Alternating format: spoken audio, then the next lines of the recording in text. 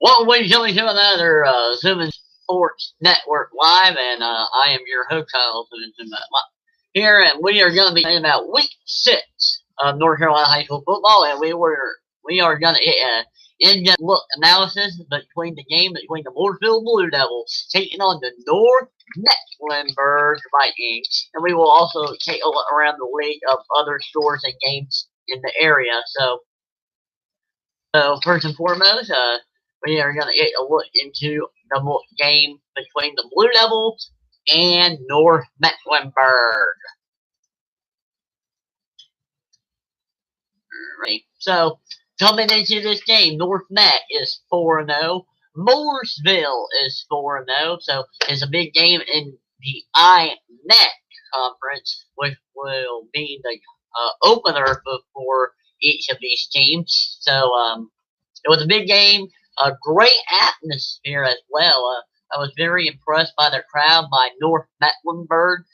They brought a good crowd, probably half full over on the away side, and they also even brought their band, which I was somewhat surprised. On the Mooresville side, of course, it was packed to the gills, and the band played very well, and so forth. So great atmosphere overall. So getting into this game, North Met set the table. North Meck, they went up early on Mooresville. They had a 42-yard rushing touchdown with about 8 minutes in the first quarter, making it 7-0. Then Mooresville fumbled the ball, gave North Meck the ball, and then they went for a 19-yard pass and got about 11 minutes to go in the fourth. Then North Meck got a 31-yard rushing touchdown with about 9 minutes to go, and it is now 27-26. The PAT is no good. North Meck punts to Mooresville with about 4 minutes left, but then, 8 minutes left. Mooresville recovered a fumble by North Meck, and they got the ball back again. Lamir Connor, a 31-yard rushing touchdown, made it 34-26, and that will be your final 34-26. This game was really, really good. It was back and forth, but if you're a North Met fan and or a North Met player, you're probably really kicking yourself because, in all honesty, I think North Met should have won this contest. It should have been 42-34 North Mecklenburg. They had a lot of bad snaps late in the contest, and they turned it over time, so that really hurt them.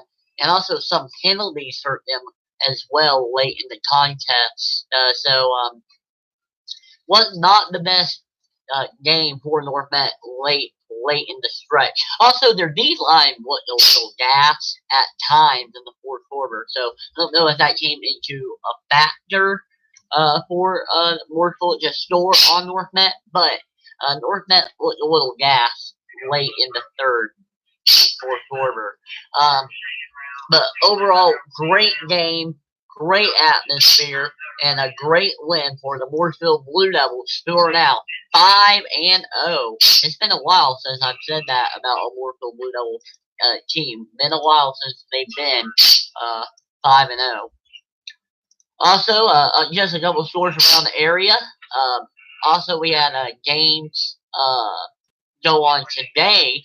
Hickory Ridge looks like they won over Independence 33-7, and also Mallory and Vance are currently playing right now, so we'll see how that game is later on tonight, and I'll post that final score on my Facebook and Twitter, so you can look at that score later on tonight. So just taking a look at other areas and so forth.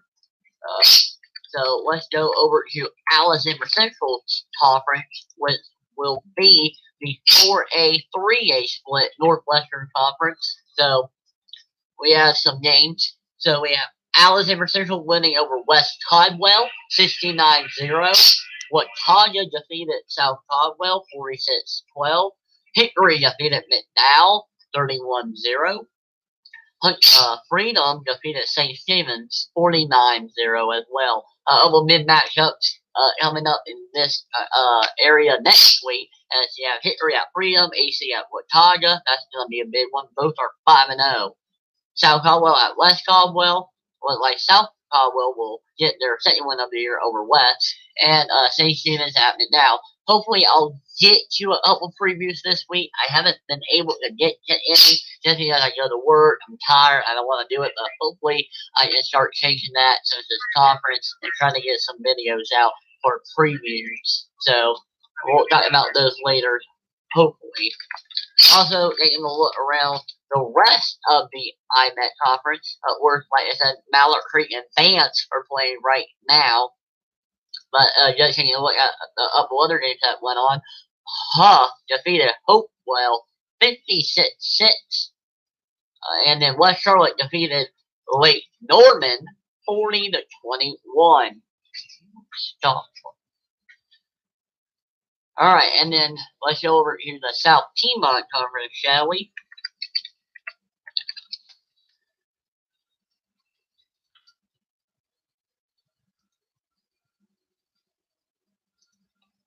So, looking at this conference, the South Piedmont Conference 3A Conference, you had A.L. Brown defeats Davie in a high-score battle, 56-27. Central Embarrass over Carson, 43-6. Northwest Embarrass over East Roland, 42-7. And West Roland defeated Concord, 44-30. So, congratulations to them. Going to the West Iredell Conference. And that will feed the Foothills, Northwestern Foothills 2A Conference. Northwestern Foothills 2A Conference, if I can say it right. So you have Ford defeat Patton, 21-12. West Iredell defeated Drawn, however you want to say it, 45-20. And High Brighton won over Bunker Hill, 55-0. And the last one we are going to take a look at is the NPC, the North Piedmont Conference.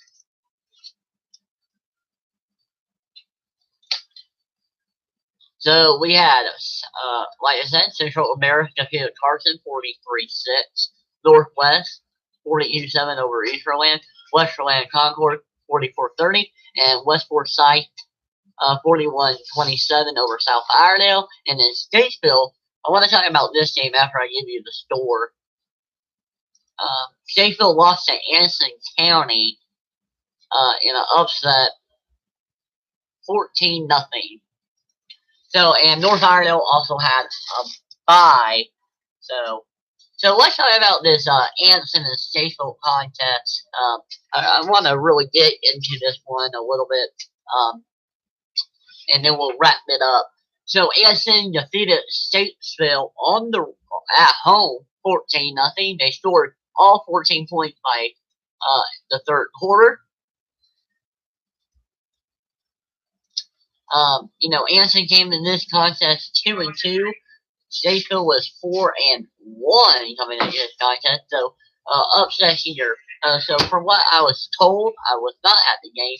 Looked like penalties, turnovers, and also just poor linemen. Production really hurting Graham. This is a bad loss, in my opinion, for Statesville as they head into conference of play, losing to Anson 14-0. It's kind of an eye-opener to me. Like I said, this is a bad loss, but hopefully Statesville will rebound because they have a big conference game opening up the MPC conference of play as they host South Iredell. Now, this was going to be hard to predict because both teams are not as good as last year. But we'll have to see how that goes about. We'll probably talk about this game if I do previews later this week. But that's a game to watch for this update. Well, actually, let me rephrase. They play 2 weeks from now, so Statesville has a bye.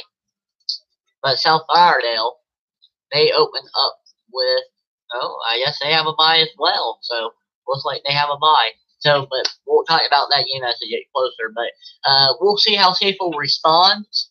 We'll have to see how they do against South Iredale in 2 weeks' time. But hopefully they can get the things that they need to fix rolling. You know, Statesville was my preseason favorite to win the conference, but right now I don't really know who can win this conference. Western is up and down, and they haven't shown me anything really spectacular, but they did beat Concord 40-33, so kind of tells me they're getting the offense a little bit more rolling, but they gave up 33 to a team that is 0-5.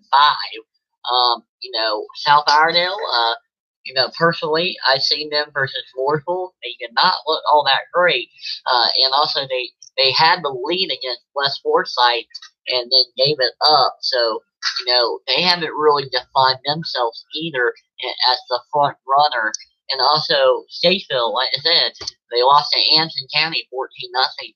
They haven't set the tone either. So I think the MPC is still wide open for any team in this conference. Heck, I even think North Iredale has a shot right now. Because, everybody's playing poor football right now. And North Iredale had a bye week. They do have a tough game upcoming against Northwest Embarrass. But, it's all up for grabs in that conference. And even on the other games that I gave you score on, there wasn't really any upsets to particular. I guess you could say North Met losing to Mooresville was a slight upset, but not a big upset. And all the other games were either blowouts or not even close. So not many upsets this week in the games that I talked about. So thank you for watching. Give your feedback, comments, concerns, etc. Always remember to subscribe, and so you can get all up-to-date videos when I post. And like I said, I hope to get some more preview videos out as well this upcoming week, since I haven't really done a lot. So thank you for watching. Give your feedback, comments, etc. Thank you for watching the Zoom Sports Network Live with me, your host, Allison Zuma, and have a great day. Always remember, go Big Blue.